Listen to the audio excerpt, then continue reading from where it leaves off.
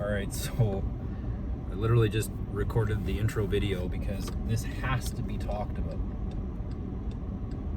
We have a world that is going through massive transition, and various people from various walks of life call it different things. The Great Awakening, the Ascension, all this shit.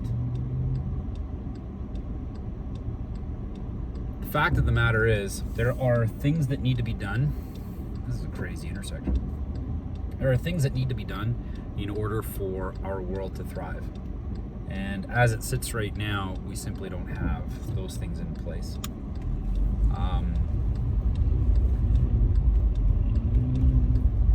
Contract law is something that is inherent in a civilized society. Basically, if you don't, and contract law is what supports the freedom of association. So if I want to do business with someone, I'm free to do so, and they're free to do business with me. The whole idea behind contract law is that there's disclosure on what the terms of that relationship is going to look like, and those terms need to be adhered to as part of the agreement that those two people have made voluntarily. So contract law is it's fundamental and integral to protecting, safeguarding the unalienable right of free association. Well, with the birth of smart contracts, and I say birth, I know that they're not that young, but if you take a look at the span of time that we have occupied this planet, smart contracts are actually brand new newborns. In fact, arguably, their head is just starting to pop out. It is incredibly important that we utilize this technology to support something that is inherent. Now, there are different schools of thought on this. I just had a conversation with someone who's very well versed in the common law and how that works, including contract law. And he's saying, no, we don't need any of that stuff. We just simply have it in place when we rebuild a society. Just put it in place. I get that that's very true. He's not wrong. But when we have a technology that is able to set in stone something that can integrate with other aspects of law, including a judiciary, let's do it.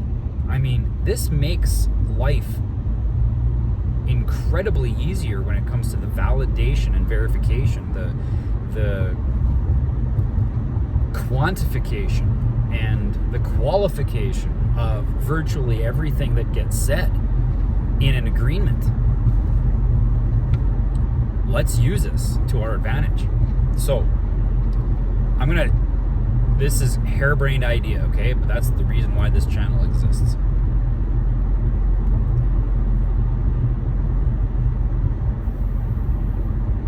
In the very fundamental basic principles of law, there is no crime if there's no victim. And what constitutes a victim? Someone who's experienced loss, harm, or damage. Full stop. If there is no victim, there is no crime. Okay? So if we have a system in place where somebody does something wrong to you and you can't figure it out in your community, and by that I mean you go to the people who are involved around that contract or that agreement. I'm going to use something really simple here. I'm going to borrow a tool. I've used this analogy before. If he sees this, he's probably going to laugh because I'm not very creative. But Jack has got a drill, power drill, and I want to use it. So I go to him and I say, Jack, I would like to use your power drill. He says, yeah, sure thing, no problem.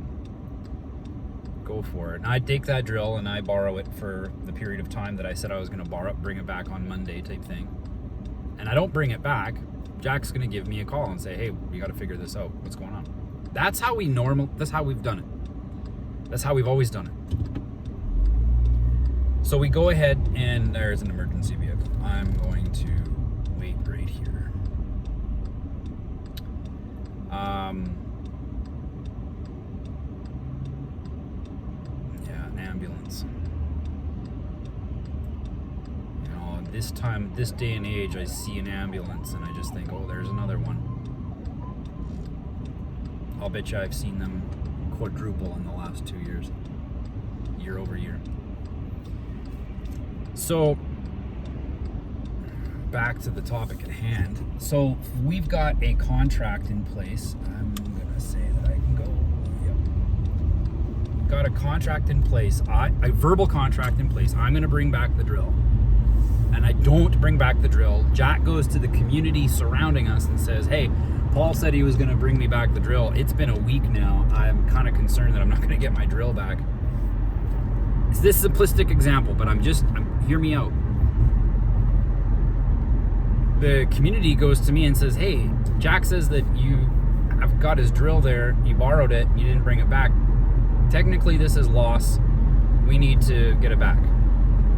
Remedy needs to be in place. And all you got to do is bring that drill back and all's good. And we wipe our hands, good to go." And I still don't do it. Now that's loss. That's theft. So then Jack, at this point, you know, and that's how common law has worked, okay? At this point in common law, that's when there's you can seek remedy in a court of law. Now obviously that's a pretty tiny issue, but I'm using it as an example so that you guys can kind of wrap your head around what this could look like elsewhere.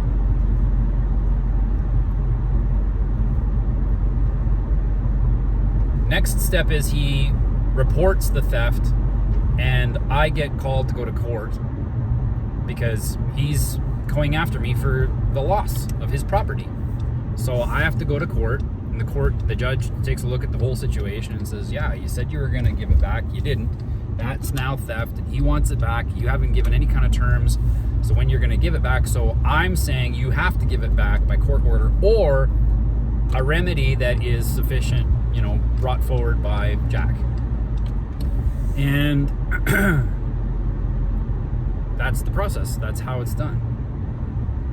Turn this on so we can see more.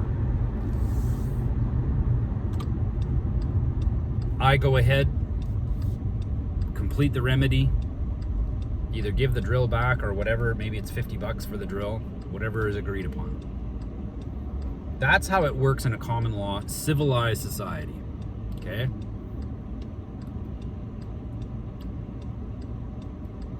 We don't have that right now, and that's because we have a dilution of our judicial system, our legal system, away from the basics, the very simple things that anybody can understand. That's why it's called common law.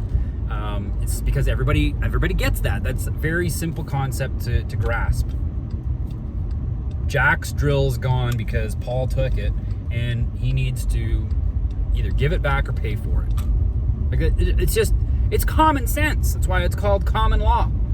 Anyway, I kind of get upset about that because there are people who say that Paul's a lunatic for thinking that common law is a good thing, or that it's something that we should all be doing in our existing courts. No, and again, no. I don't even say that that's a good idea to take into the courts because they're going to look at you like you're from Mars, because the common law has been diluted with all kinds of civil law. There's tort law. There's various classes. I'm not going to get into all of them, and they're simply not, small claims court. They're simply not in line with the common law anymore. It's been diluted. It's been reduced. And so you can't go into court nowadays with those basic simple things because they've overcomplicated it with all these other things that are really superfluous. And honestly, they are. Keep it simple. If you're requiring a complex legal system, there's something wrong with your society. Honestly, keep it simple.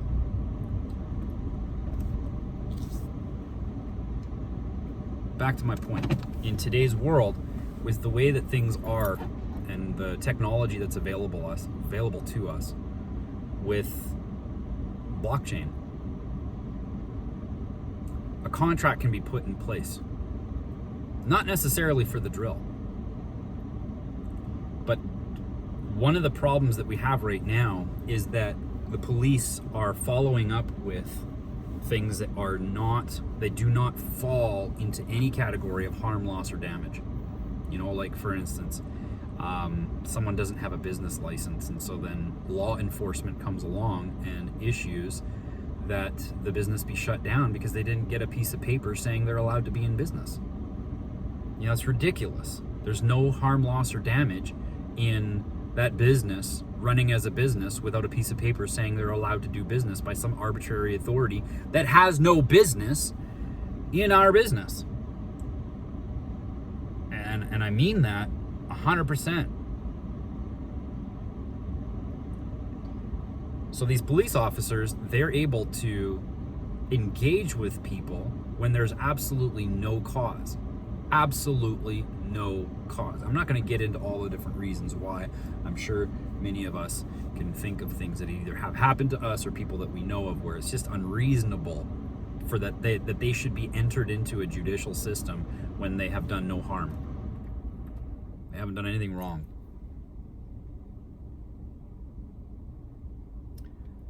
With the birth, the infancy of this blockchain technology, now in the same situation, instead of getting all kinds of people involved and all the rest, again, simplistic example, but Jack can now call the police, say, I would like to enter contract with you. This is where rubber meets the road. Police comes and says, okay, let's open a contract. The police does not get paid. Okay, there's certain, in the same way that a contract has to be fulfilled in order for the contract to be complete. And we're seeing this happen already in smart contracts on the internet. We're seeing it already. The parameters of the contract have to be complete in order for the funds to be transferred. Okay, so the same thing happens with these police.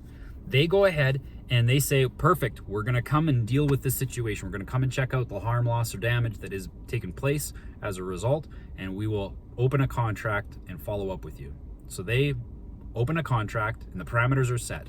We're going to establish that there's harm, loss, and damage. We're going to bring that harm, loss, or damage to a court system, or, you know, it can be a small claims court, doesn't matter, but that common law court is going to then say, yes, in fact, there's there's loss, and that loss is the drill.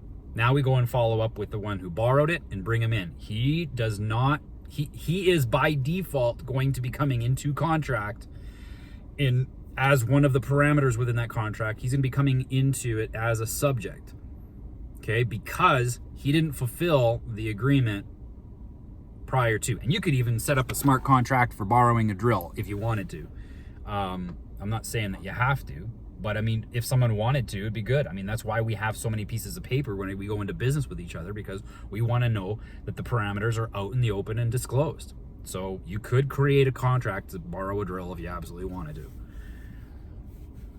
Point is, police comes in, and I told you that this channel was going to be just off the cuff and raw and all the rest.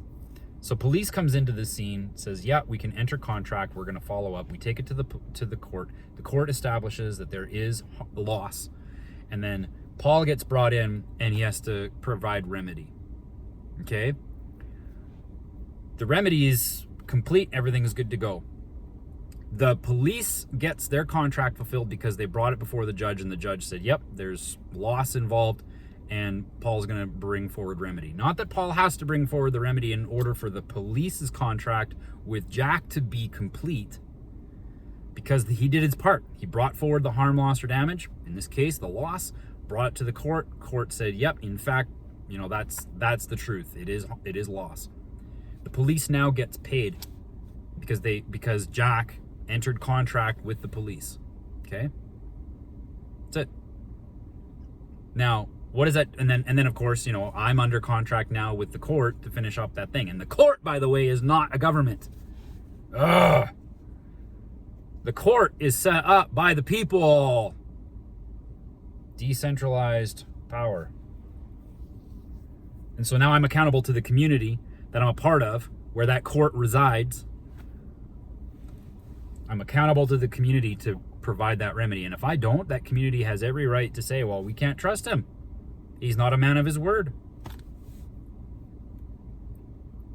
And I would have to be able to improve upon that. The incentive now is for me to self-govern. We all have agency. It's just whether or not it's in integrity or not. So, let's say, for instance, someone calls up the police. Let's say I didn't borrow it, or maybe I did borrow it and I brought it back. And Jack calls up the police and says, yeah, you know what, actually, I'm just going to say that I never got it back, and I'm going to go and see if I can get another drill out of him, or maybe I can get some money out of this guy. So then he calls up the police and says, I'd like to enter contract with you. Come on down here. I've got some lost property. Police comes down. Yep, sure enough, lost property. Okay, sounds good. He shows the evidence. Everything's good to go. I'm going to go ahead and bring this to the court. Court takes a look at the whole situation. I come into court and I'm like, hold up a second. I did bring it back. Here's where I brought it back.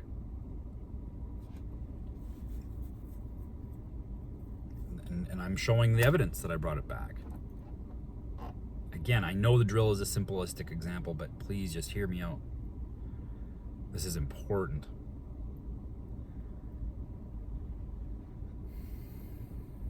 Justice is something that we can actually solidify in stone using this technology. This is not to be taken lightly.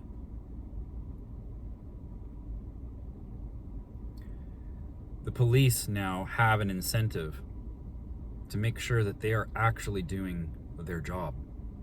They cannot just arbitrarily say, yeah, this person's guilty. For instance, I have a friend of mine who was arrested at his daughter's birthday party. He was hosting his daughter's birthday party, and he was arrested during the party because his wife called the cops and said that he was touching them inappropriately.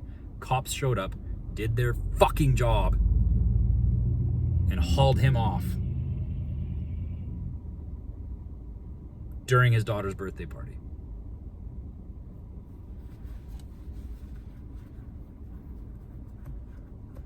They would absolutely, categorically never do something like that if they were accountable to bringing forward to the court something of substance, some sort of material evidence. It's on them. Now they are accountable to how they conduct themselves as officers of the law. Why? Because there's a smart contract in place. You really think they're going to go through all the work and labor and paperwork to take a man and haul him away from his own daughter's birthday party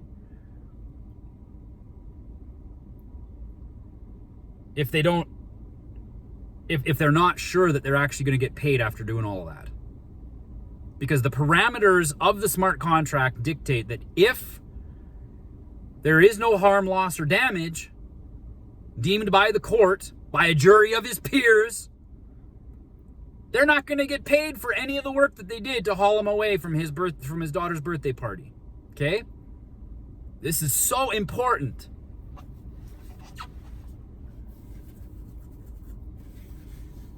Now the police officers are going to be held accountable when they don't, if they don't, it's not like they're just going to get punished. I mean, unless it's really grave and an inconvenience, and the inconvenience could be so great that there's loss or even mental harm.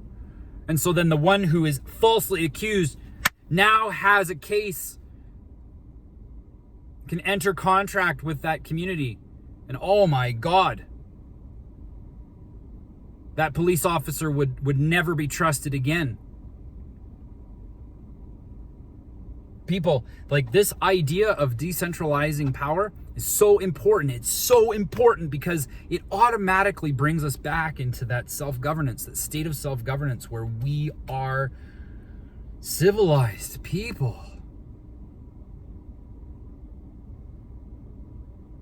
I didn't think I was going to go 20 minutes, but I did. I'm going to stop it right now, continue this conversation another time. But do you get it? Do you see it?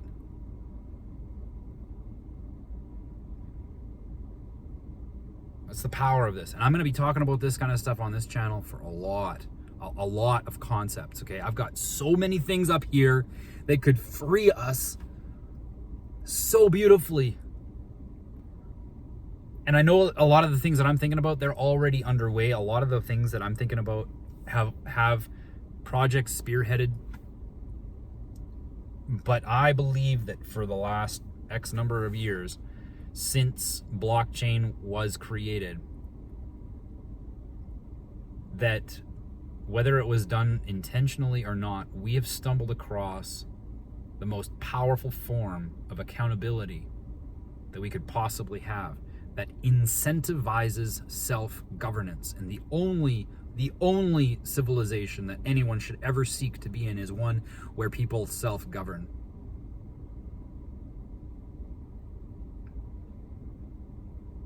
Because where there is self-governance, there is ultimate freedom.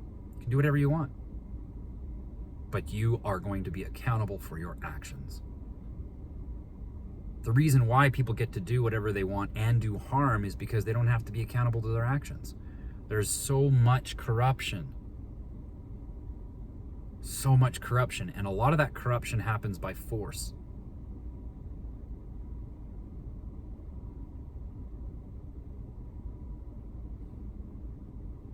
That's it. I got tons of more ideas, but that's what I wanted to cover today. Everybody have a good night.